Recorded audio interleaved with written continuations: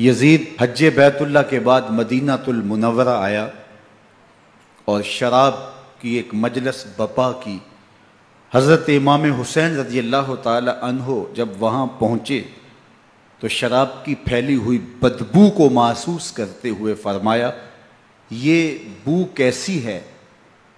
تو نشے میں دھت یزید بولا یہ شام میں بنتی ہے، اور ایک جام منگوایا اور اس کو پیتے ہوئے دوسرا جام حضرت امام حسین رضی اللہ تعالی عنہ کی طرف بڑھاتے ہوئے کہا ابا عبداللہ لیجئے۔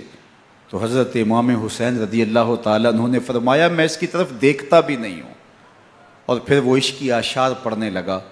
جب یزید کی شراب نوشی کا منظر امام حسین رضی اللہ تعالی عنہ اپنی آنکھوں سے دیکھ چکے تھے تو مجھے بتاؤ یزید کے ہاتھ پہ امام حسین کا پاک ہاتھ کیسے آتا؟ حضرت امام حسین رضی اللہ تعالی عنہ جس ماحول میں پلے تھے، جس ماحول میں پرورش پائی تھی، جس ماحول میں رہے تھے، وہ پاکیزہ اور تقدس مآب ماحول تھا۔ اور یزید کبھی اطراف دمشق میں، کبھی غوطہ میں، کبھی الخضرہ محل میں، اور کبھی کہاں داد عیش دیتا رہا اور لہو و لعب کے اندر مصروف رہا، اور اس کی زندگی ان چیزوں سے عبارت تھی۔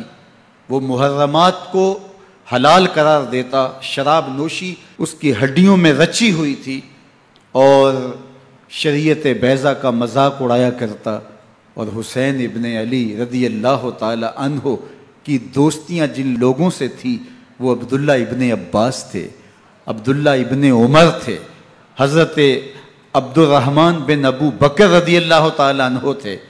یزید تو جوا کھیلتا رہا، یزید تو قمار بازی کرتا رہا، یزید تو شراب نوشی کرتا رہا، اور حسین ابن علی مسجد نبوی کے منبر میں حضور کے پہلوؤں میں بیٹھتے رہے۔ اللہ اکبر! حسین کے لیے پیغمبر کے سجدوں کو طول دیا جا رہا ہے۔ حضرت سیدہ فاطمہ الزہرا رضی اللہ تعالی عنہ کے گھر کے قریب سے گزرے تو حضرت امام حسین کے رونے کی آواز آ رہی تھی، تو آقا کریم علیہ السلام نے فرمایا کہ فاطمہ حسین کو چپ کرواؤ، الا تعلمی ان بقاءہ یوزینی، تو جانتی نہیں حسین کا رونا مجھے دکھ دیتا ہے۔ حسین ابن علی کو حضور رونے نہیں دیتے تھے، ان کو دکھی نہیں ہونے دیتے تھے، کیونکہ رسول اللہ صلی اللہ علیہ وسلم جانتے تھے کہ یہ کتنے دکھ سہے گا، کتنی تکلیفوں سے گزرے گا اور کتنے مصائب سہے گا۔ زمانے نے وہ گھڑیاں بھی دیکھیں کہ حضرت حذیفہ بن یمان رضی اللہ تعالیٰ عنہ فرماتے ہیں کہ میں حضور کی خدمت میں نماز مغرب کی ادائیگی کے لیے حاضر ہوا، اور میں نے یہ اجازت خاص طور پہ اپنی ماں سے اس شرط پہ لی تھی کہ امی آپ مجھے اجازت دیں، میں حضور کی خدمت میں حاضر ہوتا ہوں، مغرب کی نماز بھی ادا کروں گا، اور پھر حضور سے عرض کروں گا حضور میرے لیے اور میری ماں کے لیے بخشش کی دعا کر دیجئے۔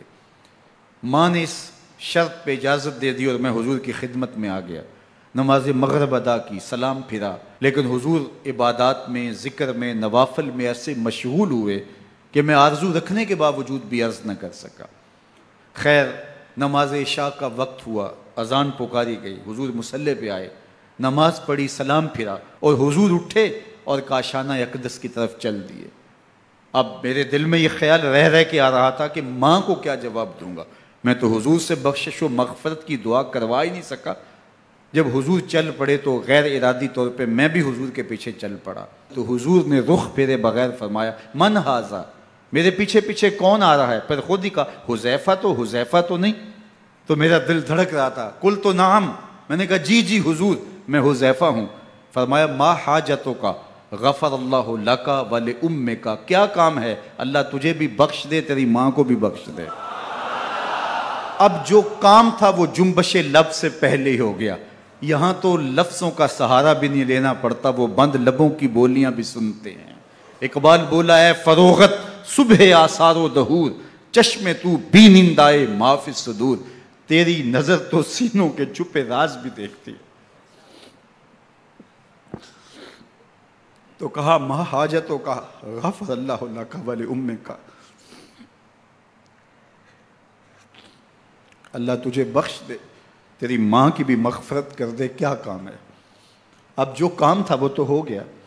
تو میرے حضور نے ارشاد فرمایا، حذیفہ سنو، ابھی ایک فرشتہ آیا ہے جو اس سے قبل دھرتی پر پہلے کبھی نہیں آیا، آج پہلی مرتبہ اللہ سے اجازت لے کے 2 کام کرنے آیا ہے۔